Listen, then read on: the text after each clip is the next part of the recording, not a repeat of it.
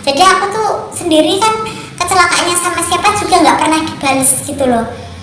Terus aku kan nggak tahu ya, itu atasan waktu aku kerja Pak Bilal itu tadi kan malah cerita yang macam-macam kayak gini. Itu Bu Rizka itu memang nggak bisa merubah sifatnya, emang itu sudah sifat dari dulu gitu, malah ngomong yang macam-macam gitu. Tapi kan aku kan sebagai teman kan aku udah tahu persis watak dari Bu Rizka. Kalau emang nggak jelas pasti kecelakaannya sama siapa-siapa, aku udah menebak kayak gitu. Soalnya kan memang Pak Bilal kan tahu persis, soalnya Pak Bilal kan atasan ya di sana, jadi tahu persis kabarnya. Memang simpang siurnya kecelakaan itu nggak jelas banget sama siapa. Dan ini ya,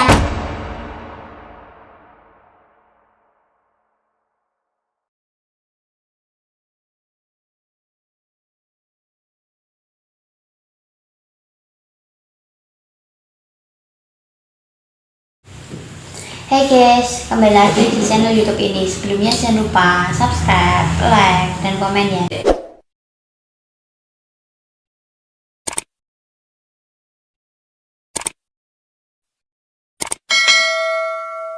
Bu, aku bilang gitu. Iya, habis itu aku nyampe sana jam segitu, Bu Rizka itu nggak ada di rumah. Bu Rizka itu nggak ada di rumah. Aku nggak tahu yang ada yang disembunyikan gitu loh kayaknya. Apa gitu aku juga nggak tahu. Bu Rizka nggak ada di rumah. Langsung aku kan itu rumahnya lumayan dekat gitu sama tempatnya Pak Bilal. Aku langsung ke tempatnya Pak Bilal. Habis itu ya Bu Rizka udah sembuh, orangnya udah masuk kerja gitu toh. Dan nyampe masuk pun belum ada, dan nggak ada yang tahu itu kecelakaannya itu sama siapa, itu juga nggak ada yang tahu ya. Dan habis itu Bu Rizka balesin, "Mak, sorry banget tadi aku dijemput saudaraku main ke tempatnya gitu," dalam WA-nya. "Ya udah ya Bu, semoga aja cepat sembuh," aku bilang gitu. "Ya makasih banget," gitu. Ya udah, itu langsung aku pulang. Habis itu kan aku udah nggak denger lagi dia tuh sebenarnya kecelakaannya sama siapa, itu informasinya emang nggak jelas gitu. Karena posisi aku kan waktu itu kan udah nggak kerja ya Kak, udah nggak kerja, dan Bu Rizka masih kerja di perusahaan gitu.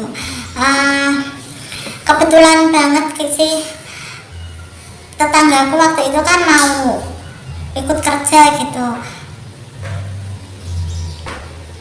Aku sempat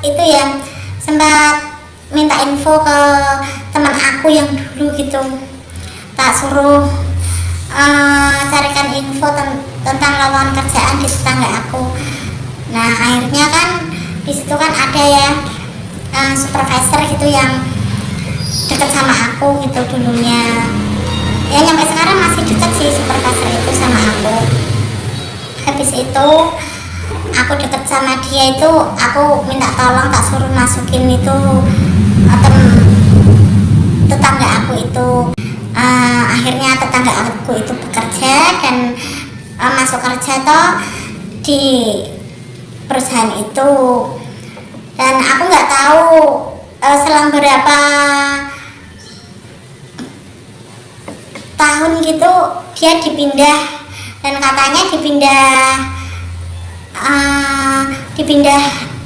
deket sama Bu Rizka gitu, ditempatin deket sama Bu Rizka. Dia kenal baik sama Bu Rizka gitu. Katanya Bu Rizka baik, katanya sering nanyain tentang aku gitu ya Kak, gimana kabarnya Laras gitu. Aku kan ya udah sih, aku bilang salam buat Bu Rizka gitu, kadang gitu. Pokoknya hubunganku sama dia itu baik, tapi cuma udah renggang. Kita kan jarang nggak ketemu, dia jarang ke tempatku. Soalnya kalau mau ke tempatku sama cowoknya itu aku tuh nggak suka gitu loh. Aku pinginnya tuh dia main ke tempatku sama keluarganya gitu loh. Kapan sih Bu Rizka main ke tempatku sama keluarga? Aku kan kadang bilang gitu, tapi Bu Rizkanya itu kayaknya tuh pinginnya ngajak cowok gitu loh. Aku tuh heran banget ya Kak, dia itu kok bangga, seneng banget kalau sama cowok, ibaratnya selingkuhan gitu, kok seneng gitu. itu kelainan apa sih akan gitu ya, itu kan selingkuhannya sana sini itu maksudnya banyak gitu loh. Aku heran, dan udah tua kok hal kayak gitu masih dia jalani terus gitu loh, nggak tobatnya juga gitu ya. Aku sih sering dengar sedikit-sedikit lah kabar tentang Bu Rizka, orang yang kerja situ gitu ya. Kadang ini dapat salam dari Bu Rizka gitu, pokoknya itu, tapi kabarnya itu selalu gitu. Dan ternyata kan benar dugaanku dulu, Bu Rizka itu tak suruh tobat, itu jawabnya iya, itu iyanya nggak ikhlas gitu. Ternyata ya benar sih, dia memang mengiyakan aja gitu loh, tapi nggak bisa menjalani. Tapi kalau menurutku sih sebagai seorang teman, kalau udah ngasih pendapat gitu ya Kak, ya udahlah, kembali lagi sama dia gitu, mau menjalani apa enggak. Kalau emang dia masih mau menjalani dan udah tahu kalau itu dosa kan, ya udah terserah dia. Lagian kan dia udah tua juga kan, udah bisa membedakan mana yang baik dan mana yang enggak. Jadi kan aku kan menasehati kan cuma ya sekedar menasehatin aja gitu loh. Hingga suatu saat teman aku yang bekerja di perusahaan yang ditempatin dekatnya Bu Rizka tadi main ke tempatku, dan dia itu bercerita tentang Bu Rizka gitu. Berceritanya katanya itu dia kangen mau main sini gitu, bilangnya nanti kalau udah ada temen. Aku kan bilang gini sama temen, aku kan bilang gini sama tangga aku tadi, suruh main sini sama keluarganya aja kan gitu. Aku sering sih di WA gitu kan, aku kalau WA kan aku bilangnya kan ya main sama keluarga lah Bu, aku kan gitu. Habis itu tanggaku tadi juga bercerita sih, katanya Bu Rizka itu sekarang tuh sering ceritain tentang pacarnya. Dia itu katanya sih punya banyak pacar, punya banyak gebetan, punya banyak punya banyak, katanya sih dia itu sekarang punya banyak pacar, punya banyak gebetan, punya banyak katanya sih dia itu sekarang punya banyak pacar, punya banyak gebetan, punya banyak selingkuhan gitu.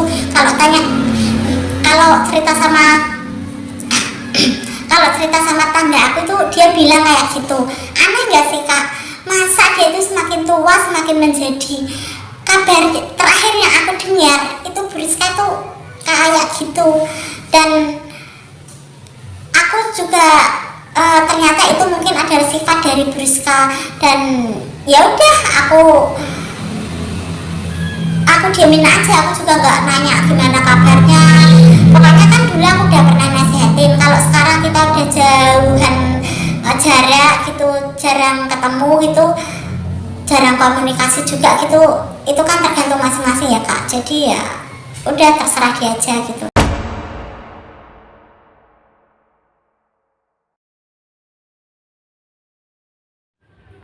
Oke guys, itu tadi ya, sekian dulu cerita dari Mbak Laras, dan semoga ada pesan yang bisa diambil. Dan jangan lupa subscribe, like, dan komen ya. Bye bye.